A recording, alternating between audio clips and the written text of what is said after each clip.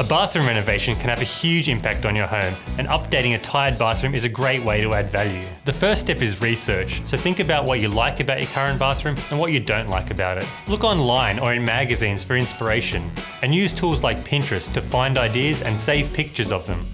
Next, think about the scale of the project. If it's just a cosmetic renovation, updating the vanity or tiles for example, it's going to be a lot cheaper than if you're moving plumbing around. Even a small bathroom renovation requires a lot of tradies, so we're talking a plumber, a waterproofer, a tiler, an electrician, a carpenter, and potentially a painter.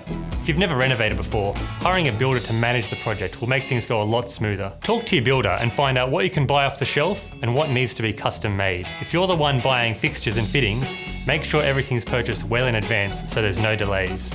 So that's just a few things to keep in mind before you tackle a bathroom renovation.